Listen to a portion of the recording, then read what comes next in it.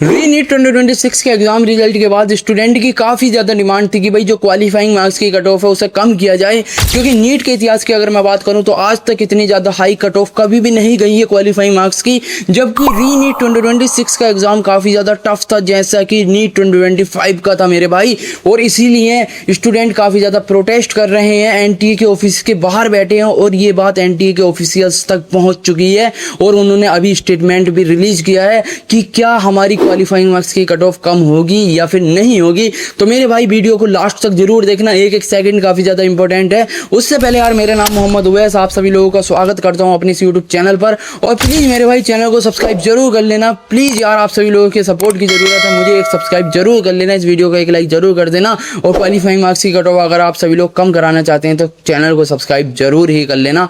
तो यार सबसे पहले अगर मैं बात करूँ तो क्वालिफाइंग मार्क्स की कट ऑफ का बेसिस क्या होता है, तो बेसिस होता है परसेंटाइल, यानी कि अगर आप सभी लोग जनरल में हैं और 50 परसेंटाइल से ऊपर हैं तो आप सभी लोग क्वालिफाई माने जाएंगे, और 50 परसेंटाइल से नीचे हैं तो क्वालिफाई नहीं माने जाओगे। और जबकि ओबीसी, एससी और एसटी की अगर मैं बात करूं तो वहां पर अगर आप 40 परसेंटाइल से ऊपर हैं, यानी कि 50, 60 या फिर 70 हैं परसेंटाइल आप सभी लोगों की है, तो आप सभी लोग वहाँ पर क्वालिफाई माने जाएंगे, और 40 परसेंटाइल से नीचे हैं तो क्वालिफाई नहीं माने जाएंगे। तो ये एनटीए के हाथ में नहीं होता है कि क्वालिफाइंग मार्क्स जो हैं वो एनटीए डिसाइड करता है कि हाँ 213 जो है आप सभी लोगों के इस साल रखने हैं या फिर नहीं रखने हैं।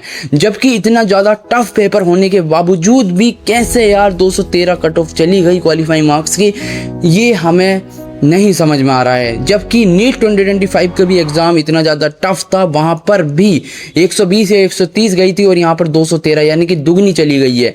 नीट के इतिहास की अगर मैं बात करूँ तो इतनी ज़्यादा हाई कट ऑफ कभी भी नहीं गई है, चाहे 2020 का पेपर देख लीजिए या 2024, ये सबसे ईजीएस्ट पेपर मानी जाते हैं नीट की हिस्ट्री के, तब भी इसकी क्वालिफाइंग मार्क्स की कट ऑफ काफ़ी ज़्यादा कम थी, 150 के अंदर ही थी। तो क्वालिफाइंग मार्क्स की कट ऑफ का बेसिस क्या है? परसेंटाइल, ना कि एनटीए के हाथ में है।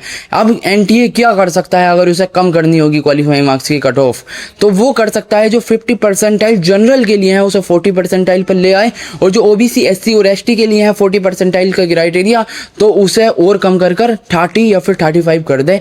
और जबकि जो 213 मार्क्स बैठ रहे हैं वो 50 परसेंटाइल पर बैठ रहे हैं, और 177 मार्क्स जो बैठ रहे हैं वो 40 परसेंटाइल पर बैठ रहे हैं। कि जो 213 जनरल के लिए मार्क्स आ रहे हैं, अगर उन्हें 40 परसेंटाइल कर दिया जाए तो वो 177 हो जाएंगे, और ओबीसी, एससी और एसटी के और कम हो जाएंगे। तो आप सभी लोगों को क्या लगता है कि होनी चाहिए फिर नहीं होनी चाहिए क्वालिफाइंग मार्क्स की कट ऑफ कम?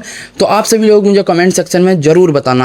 तो अब हम बात करते हैं एनटीए के ऑफिशियल्स ने फाइनली क्या कहा है, क्योंकि काफ़ी ज़्यादा प्रोटेस्ट वगैरह हो रहे थे, ऑनलाइन भी काफ़ी ज़्यादा विरोध हो रहा था उसके खिलाफ कि ये एनटीए के ऊपर है। तो मेरे भाई एनटीए के ऊपर नहीं होता है। तो एनटीए के ऑफिशियल्स का ये कहना है हम परसेंटाइल को जब कम कर सकते हैं या तो हमें एनएमसी ऑर्डर दे ऊपर से, या फिर हमें हेल्थ मिनिस्ट्री हमें ऑर्डर दे ऊपर से। तो मेरे भाई आप सभी लोगों को क्या लगता है कि हमारे जो क्वालिफाइंग मार्क्स की कट ऑफ है वो कम होनी चाहिए या फिर नहीं होनी चाहिए? तो अगर आप सभी लोग भी क्वालिफाइंग मार्क्स की कट ऑफ को कम कराना चाहते हैं तो कमेंट सेक्शन में अपनी राय जरूर देकर जाना कि क्वालिफाइंग मार्क्स को कम होना चाहिए, और हमारी बात जो है तभी पहुंचेगी एनएमसी तक या फिर हेल्थ मिनिस्ट्री तक, और तभी हमारी बात को माना जाएगा। और यहाँ पर स्टूडेंट काफ़ी ज़्यादा विरोध कर रहे हैं, तो मुझे लग भी रहा है कि एक बार को कम भी हो सकती है, लेकिन अब ऐसा होने के लिए यार काफ़ी ज़्यादा कम टाइम है, क्योंकि एडमिशन भी स्टार्ट हो चुके हैं और काउंसलिंग भी स्टार्ट हो चुकी है। तो मुझे यार पर्सनली तो नहीं लग रहा है, आप सभी लोगों को लग रहा है या फिर नहीं लग रहा है? एनटीए ने भी अपना स्टेटमेंट दे दिया है कि भाई एनएमसी या फिर हेल्थ मिनिस्ट्री से हमें ऑर्डर आ जाएगा तो हम अपनी क्वालिफाइंग मार्क्स की कट ऑफ को कम कर देंगे।